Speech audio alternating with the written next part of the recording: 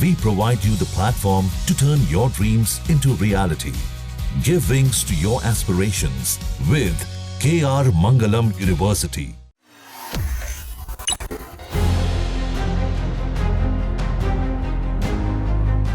PM किसान योजना की 20वीं किस्त का लाखों किसान इंतजार कर रहे हैं, जो अब जल्द ही खत्म होने वाला है। जून के महीने में किसानों के बैंक खाते में पीएम किसान की किस्त आना संभव है, क्योंकि सरकार की ओर से हर 4 महीने में पीएम किसान योजना की राशि किसानों के खातों में डीबीटी के माध्यम से डाली जाती है और पिछली किस्त 24 फरवरी को जारी की गई थी। अब फरवरी से 4 महीने जून में होते हैं, जिससे ये अंदाजा लगाया जा रहा है कि जून में किसानों को 20वीं किस्त मिल जाएगी।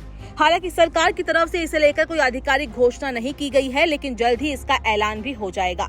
आपको बता दें कि पीएम किसान की ऑफिशियल वेबसाइट पर जाकर आप सही तारीख की जानकारी ले सकते हैं। पीएम किसान की ऑफिशियल वेबसाइट है pmkisan.gov.in। यहाँ आपको सही तारीख की जानकारी मिल जाएगी। पीएम किसान योजना के तहत प्रत्येक किसानों को 2000 रुपए दिए जाते हैं, लेकिन ये किस्त केवाईसी अधूरा या गलत होने पर रुक सकती है। वहीं पीएम किसान सम्मान निधि योजना के लिए नए नियम आ गए हैं। अब सिर्फ जमीन मालिक किसानों को ही योजना का लाभ मिलेगा। अगर जमीन आपके नाम पर नहीं है तो आपको पैसा नहीं मिलेगा। गैर रैयत किसानों को किसान सम्मान निधि योजना का लाभ नहीं मिलेगा।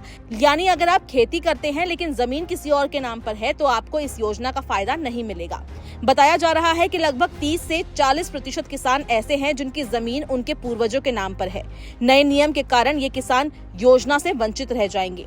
सरकार ने इस समस्या को देखते हुए कुछ जिलों में पायलट प्रोजेक्ट के तहत चयन किया है, जिसमें बिहार का दरभंगा जिला भी शामिल है। इसके तहत किसानों का नया रजिस्ट्रेशन किया जा रहा है। किसानों को कृषि विभाग से वंशावली पर मिलने वाला लाभ अब नहीं मिलेगा।